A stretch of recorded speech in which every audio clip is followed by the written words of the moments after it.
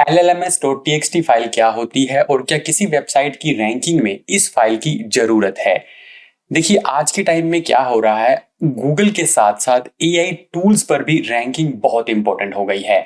और जितने भी एआई टूल्स हैं, भले ही वो चैट जीपीटी हो, परप्लेक्सिटी हो या कोई भी एआई टूल हो, उन सब पर रैंकिंग के लिए हमें ये इंश्योर करना पड़ता है कि हमारी वेबसाइट को वो एक तरह से एनालाइज कर पाए, स्कैन कर पाए।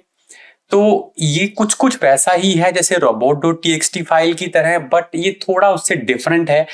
तो हालांकि इससे पीछे वाले वीडियो में मैंने भी एक बार ये बोला था कि ये robot.txt फाइल की तरह से ही होती है, बट ये उससे बहुत ज्यादा डिफरेंट है।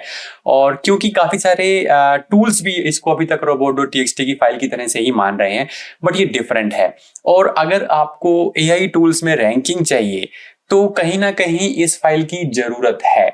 जॉन म्यूलर का इस पे क्या कहना है ये भी मैं इस वीडियो में कवर करूंगा, और क्या कोई बड़ी वेबसाइट इसको यूज कर रही है ये भी हम इस वीडियो के अंदर कवर करने वाले हैं। लेकिन क्या ये फाइल सच में चाहिए या नहीं, इस पर भी हम आगे जो वीडियो के अंदर बात करेंगे। तो चलिए देख लेते हैं। सबसे पहले LLMs.txt फाइल है क्या। देखिए, it is like curated site map and not like robot.txt। अब यहाँ पर इस चीज को समझना थोड़ा सा इंपॉर्टेंट है। ये curated site map dot XML की तरह से है। जैसे साइट मैप में क्या रहता है कि आप ये लिस्ट कर देते हैं कि ये सारे के सारे मेरे पास पेजेस हैं, ठीक है, और उनका जो अपडेशन वगैरह है वो अपडेट करते हैं। जैसे कब कब वो अपडेट हुआ तो वो आप इंफॉर्मेशन एक तरह से गूगल को देते रहते हैं। LLMs.txt फाइल भी कुछ कुछ इसी तरह से ही है। आप इसके अंदर एक तरह से जो चैट बोट्स हैं उनको इंफॉर्मेशन को देते हैं। आप अपने यूआरएल्स भी इसके अंदर दे सकते हैं और कुछ इंफॉर्मेशन क्यूरेट करके वहां पर रख देते हैं इस फाइल के अंदर। लेकिन ये robot.txt फाइल की तरह से क्यों नहीं है। देखिए, robot.txt फाइल बनी हुई है क्रोलर्स के लिए, जैसे गूगल के क्रोलर हो गए या एरफ का क्रोलर हो गया, किसी भी जो साइट्स जो डेटा इकट्ठा करती हैं उनके क्रोलर्स हो गए। तो वो क्रोलर का काम क्या होता है, पहले वेबसाइट को क्रोल करना और फिर इंडेक्स करना, ठीक है। robot.txt के अंदर हम ये डिफाइन करते हैं कि इस पेज को हम अलाउ करते हैं क्रोलिंग के लिए, इसको आप क्रोल कीजिए और फिर उसको इंडेक्स कर दीजिए। जबकि जो एआई टूल्स है, चैट बोट्स वगैरह हैं, जहां पर हमारी वेबसाइट दिखाई जा रही है, उनका पैटर्न ऐसा नहीं होता है। वो कंटेंट को क्रोल और इंडेक्स नहीं करते हैं, वो रियल टाइम में डेटा लेके आते हैं।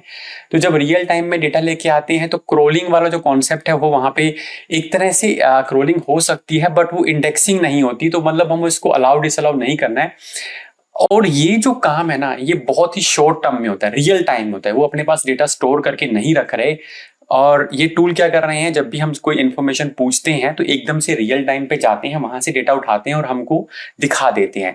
तो सब कुछ रियल टाइम में होता है। तो रियल टाइम में डेटा प्रोवाइड करने के लिए इस फाइल का यूज किया जाता है। जैसे कि मैं आपको यहाँ पर योस्ट ने इसको शुरू कर दिया है, ठीक है। योस्ट ने इसको जो है ऑफिशियली एक तरह से लॉन्च कर दिया है और योस्ट के अंदर आप इस फीचर को इनेबल भी कर सकते हैं। योस्ट इसके बारे में क्या कहता है, देखिए योस्ट कहता है, यहाँ पर तूने बताया कि इस तरह से आप इसको 1 क्लिक के अंदर जनरेट कर सकते हैं। अब यहाँ पर ये बता रहा है कि AI assistants like ChatGPT and Gemini are changing how people discover website, service and products, but they don't work like search engine. वो सर्च इंजन की तरह से काम नहीं करते हैं। सर्च इंजन बेसिकली क्रोल करते हैं और इंडेक्स करते हैं, जबकि AI tools only scan small parts in real time when responding to a question. As a result, they often miss important information, especially on large or frequently updated websites. This can lead to answers that are outdated, incomplete, or simply incorrect. तो basically search engine तो क्या करते हैं, वो आपके पास data इकट्ठा करके रख लेते हैं क्रॉलिंग और इंडेक्सिंग के through, but AI tools real time में वेबसाइट को स्कैन करते हैं और इसीलिए उनको जो इन्फॉर्मेशन है ना वो हमें एक तरह से क्यूरेट करके देनी पड़ती है, ताकि वो सीधा उसके पास वो इन्फॉर्मेशन मिल जाए, ताकि वो जो शॉर्ट टाइम है उसमें वो डेटा सही तरह से रिप्रेजेंट हो सके, ठीक है। अब इसके अंदर इसकी डेफिनेशन की अगर हम बात करें, is a new LLM friendly markdown file. तो LLMS का मतलब ही क्या है, लार्ज लैंग्वेज मॉडल, ठीक है, उस तरह की मार्कअप फाइल है दैट हेल्प एआई टूल्स, जैसे कि ये वाले टूल्स हैं, specially when they are answering questions about it, ठीक है। Think of it as a map or cheat sheet for AI showing what your site is about, where the important content is. Clean clean plain text versions of that content. तो मतलब तीन चीजें basically define कर रहा है कि site किस बारे में है, इंपॉर्टेंट कंटेंट क्या है और उसका जो प्लेन टेक्स्ट वर्जन है। तो ये फाइल सर्च इंजन के लिए नहीं है, ये एआई असिस्टेंट्स के लिए है। ठीक है, अब मैं आपको एक एग्जांपल दिखाता हूँ। जैसे कि एक वेबसाइट है goibibo.t, ये जो वेबसाइट है और ये इसका यूज कर रही है llms.txt का। ठीक है, यहाँ पर आप देखेंगे सबसे पहले ये गोआईबीबो के लिए बनी है। ऑनर का जो इन्फॉर्मेशन है, कॉन्टैक्ट सपोर्ट और वेबसाइट का नेम आ गया। ठीक है, यहाँ पर उसका एक ओवरव्यू आ गया। जैसे कि मान लीजिए कोई सर्च करता है गोआईबीबो के बारे में, तो एक ओवरव्यू डायरेक्टली हम वहां पे प्रोवाइड कर रहे हैं, बजाय कि उसको ढूंढना पड़े। की फीचर्स यहाँ पर आ गए कि क्या क्या इसके अंदर है, फ्लाइट बुकिंग है, होटल बुकिंग, ट्रेन बुकिंग, बस booking, cab service, essential pages, सबसे मेन पेजेस यहाँ पर हमने खुद ही प्रोवाइड कर दिए कि उसको ढूंढो मत, ये हमने दे दिया आपको रिसोर्सेज। ठीक है, ये हालांकि थोड़ा सा भी काइंड ऑफ डाउटफुल है, अलाउ डिसअलाउ इसके अंदर यूज होना चाहिए या नहीं होना चाहिए, क्योंकि ये robot.txt फाइल नहीं है। भाई मैं आपको ये बताऊंगा कि मैं इसको क्यों ये बोल रहा हूँ कि ये अलाउड है या नहीं अलाउड है, क्योंकि जब हम इसकी ऑफिशियल वेबसाइट पे जाते हैं, जैसे मैं यहाँ पर ये llms.txt.org पे चला गया। ठीक है, तो यहाँ पर भी वही चीजें लिखी हैं कि ये इंफॉर्मेशन लार्ज लैंग्वेज मॉडल जो है वेबसाइट इंफॉर्मेशन पे रिलाई करते हैं और उनको उनकी एक लिमिटेशन है, context window are too small to handle most websites in their entirely. यानी कि जितना वो छोटा सा टाइम ड्यूरेशन होता है, जब कोई बंदा क्वेश्चन पूछ रहा है तो इतनी देर में पूरी वेबसाइट को उसको स्कैन करके उसमें से आंसर निकालना थोड़ा डिफिकल्ट होता है। कन्वर्टिंग उसके साथ ही कॉम्प्लेक्स HTML पेजेस हैं जिसमें नेविगेशन है, एड्स है, जावास्क्रिप्ट है, उसको LLM फ्रेंडली टेक्स्ट में कन्वर्ट करना डिफिकल्ट रहता है। ठीक है, while website serve both human reader and LLMs, the latter benefit from more concise expert level information gather in a single accessible location. तो मतलब उसके लिए बेसिकली ये बनाई गई है। इसका प्रपोजल क्या है? ठीक है, एक तरह की मार्कडाउन फाइल है to website provide LLM friendly content. ठीक है, ये है। अभी हम मेनली उसके बारे में बात कर लेते हैं, फॉर्मेट के बारे में। तो फॉर्मेट के अंदर बेसिकली यहाँ पर H1 with the name of project. ठीक है, H1 फाइल है जिसमें नेम ऑफ द प्रोजेक्ट रहना चाहिए। जो अगर हम यहाँ पर देखें तो ये हमारे पास जो है हैश के अंदर बेसिकली हम H1 फाइल डिफाइन कर देते हैं। ठीक है, और उसके बाद हमारे पास है जो ब्लॉक कोड के अंदर डेफिनेशन क्या था, short summary of the project. ठीक है, जीरो और मार्कडाउन सेक्शन जैसे कि पैराग्राफ, लिस्ट वगैरह ये सब आ सकते हैं। और इसमें एक एग्जाम्पल दिया गया है, अभी हालांकि बहुत डिटेल्ड वगैरह इसका भी नहीं आया है। जैसे ये एक एग्जाम्पल दिया, तो इसमें कहीं पे भी ये वाली चीज जो है ना, ये इंक्लूड नहीं की गई है, अलाउ डिसअलाउ। अगर ऐसा होता तो इसकी मेन उस पे भी ये चीजें होती, तो यहाँ पर भी नहीं किया गया है। तो यहाँ तक मेनली ये फाइल को हम ठीक मानते हैं, ये इस पोर्शन तक। और इसके बाद जो नीचे जो पार्ट दिया गया है, यहाँ पर भी ये काफ़ी सारी चीज़ें इसी तरह से परमिशन, अलाउ, केस ये डिफाइन की गई हैं। तो एक मैंने इस फाइल को जनरेट भी किया था, मैं आपको वो भी दिखाता हूँ LLMS जनरेटर की हेल्प से, क्योंकि ये पता नहीं किस टूल से इसको जनरेट किया गया। तो मैंने यहाँ पर एक वेबसाइट से जनरेट किया, तो इसमें भी ऐसा कोई इन्फॉर्मेशन इसने ऐड नहीं किया था। बहुत ही तो सिंपल तरीके से इन्होंने बता दिया, सिर्फ URL से इन्होंने इंक्लूड किए हैं। तो कई तरीके से llms.txt फाइल जो है वो जनरेट हो रही है। तो अभी वापिस आते हैं इनकी डेफिनेशंस पे। तो ये तो हम समझ गए हैं कि ये robot.txt फाइल जैसा नहीं है, ये एक क्यूरेटेड साइट मैप है। ठीक है, तो यहाँ पर वही डिफाइन किया गया है, बताया गया है कि it contains very best content of website for AI comprehension and citation.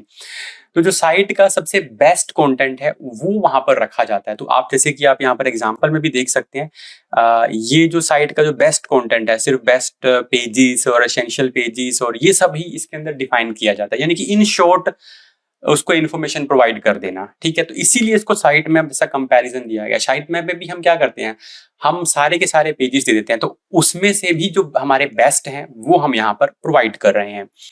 इसके बाद it is very similar to the menu that guides AI model straight to the most valuable content. सिर्फ वैल्यूएबल कंटेंट पे भेजना है, बजाय कि वो पूरा साइट को ढूंढे।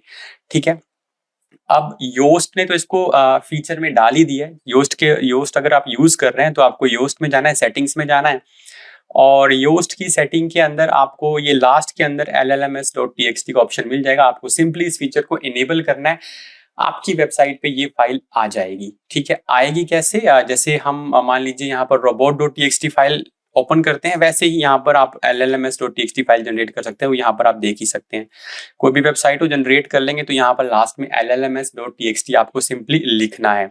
इसके साथ ही कुछ प्लगइन्स भी आ गए हैं, जैसे कि वेबसाइट llms.txt, ये प्लगइन देखिए 10,000 प्लस एक्टिव इंस्टॉलेशन इसकी ऑलरेडी हो चुकी है, बहुत ही जल्दी है, मतलब इसके अंदर ये इसका लॉन्च वगैरह आप देख लीजिएगा कब ये आई थिंक अभी इसमें मैं आपको बताता हूँ डेवलपमेंट के अंदर।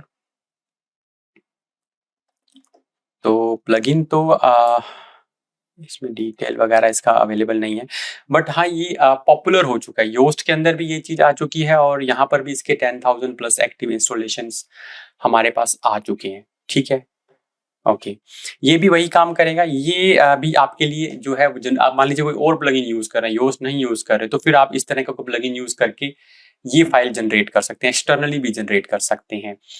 अब इसको पहले robot.txt कहा जा रहा था, मैं आपको यहाँ पर बताता हूँ। देखिए जैसे व्हाट इज llms.txt, तो देखिए it is a proposed new standard text file website similar to robot.txt design to control like this. तो ये कुछ मतलब बहुत ज्यादा सही इसकी डेफिनेशन नहीं है। यहाँ देखिए सिंपली अलाउ डिसअलाउ वाला पोर्शन ही ऐड किया गया, जबकि ये इसका मेन पार्ट नहीं है।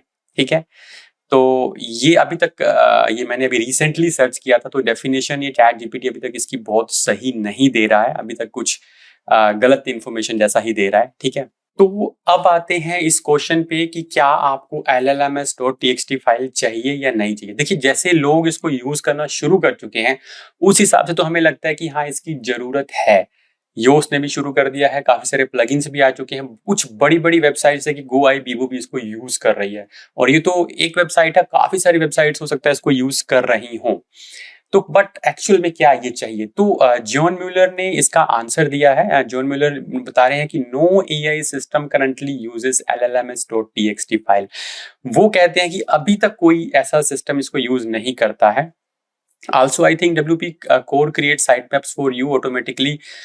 तो इसमें ये वही बात बोल रहे हैं, बट लोग कह रहे हैं कि Google doesn't agree with you do AI system। तो यहाँ पर AI overview का आंसर है कि हाँ ये यूज करते हैं। तो ये अभी तक काइंड ऑफ एक डिस्कशन चल रहा है, लोग कह रहे हैं कि हाँ करते हैं नहीं करते हैं, ऐसा कुछ चल रहा है।